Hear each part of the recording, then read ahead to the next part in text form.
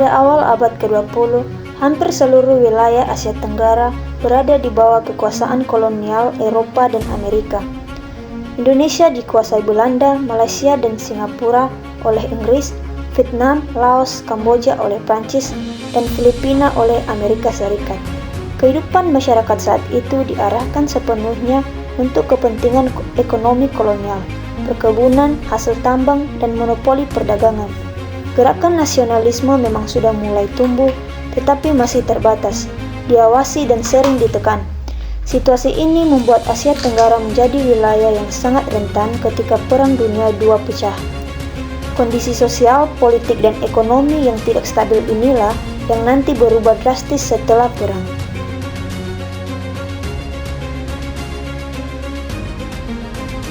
Pada tahun 1941, Jepang bergerak cepat memasuki Asia Tenggara. Dalam waktu singkat, kekuasaan kolonial Barat runtuh. Jepang mengambil alih Indonesia, Malaysia, Singapura, Filipina, Burma, dan sebagian Indochina. Walaupun pemerintahan Jepang dikenal keras, pendudukan ini membawa perubahan besar. Jepang membuka ruang politis bagi penduduk lokal, membentuk organisasi seperti PETA di Indonesia, Burma Independence Army di Myanmar, serta melatih para pemimpin lokal dalam bidang militer dan administrasi. Propaganda Asia untuk orang Asia memang tidak sepenuhnya benar, tetapi secara tidak langsung membangkitkan rasa percaya diri dan nasionalisme baru di kalangan rakyat. Banyak tokoh nasional Asia Tenggara yang mendapatkan pengalaman penting pada masa ini.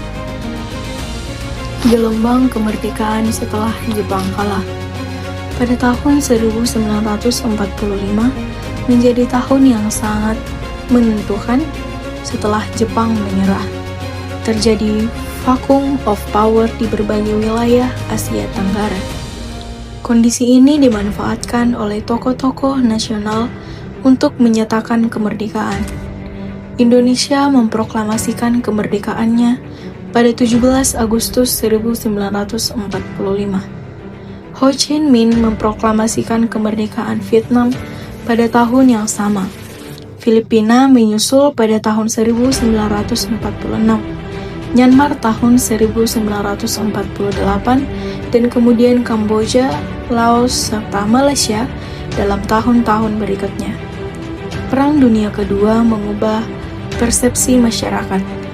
Penjajah ternyata bisa dikalahkan. Rakyat percaya bahwa mereka memiliki hak untuk menentukan nasibnya sendiri. Inilah gelombang besar lahirnya negara-negara merdeka di Asia Tenggara. Ketegangan politik pasca perang. Meskipun banyak negara berhasil merdeka, Asia Tenggara tidak langsung menjadi kawasan yang stabil. Justru setelah Perang Dunia Kedua, kawasan ini memasuki masa konflik panjang. Vietnam terlibat dalam Perang Indochina melawan Prancis, yang kemudian berlanjut menjadi Perang Vietnam. Malaysia, Indonesia, dan Thailand menghadapi berbagai gerakan komunis. Beberapa negara mengalami kudeta, perbuatan kekuasaan, dan ketegangan politik akibat pengaruh Perang Dingin antara Amerika Serikat dan Uni Soviet. Semua konflik ini menunjukkan bahwa proses membangun negara modern membutuhkan waktu, pengorbanan, dan konsolidasi politik yang tidak mudah. Kita masuk pada bagian akhir, yaitu terbentuknya Asia Tenggara modern. Mungkin kita sering dengar nama Asia Tenggara atau yang biasa kita singkat ASEAN, tapi jarang mikir gimana sebenarnya kawasan ini bisa terbentuk seperti sekarang. Kalau kita lihat perjalanan sejarahnya, kawasan ini sudah melewati banyak fase penting, mulai dari masa kolonial, pendudukan Jepang, kemerdekaan, hingga konflik internal. Asia Tenggara akhirnya memasuki tahap baru. Negara-negara yang sebelumnya terpecah sebagai koloni mulai menyadari pentingnya kerjasama.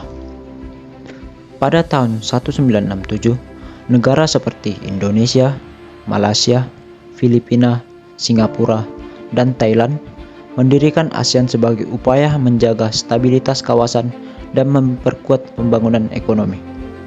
Inilah tonggak penting lahirnya Asia Tenggara modern.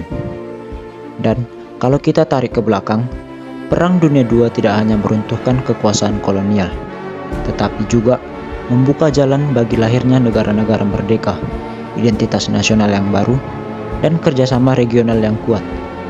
Asia Tenggara yang kita kenal hari ini adalah hasil proses panjang sejak masa perang tersebut. Jadi, Asia Tenggara yang kita lihat sekarang lebih stabil, saling terhubung, dan terus berkembang adalah hasil dari rangkaian peristiwa sejarah yang saling berkaitan dari masa perang, perjuangan kemerdekaan, hingga lahirnya ASEAN. Semua berperan penting dalam membentuk wajah Asia Tenggara modern.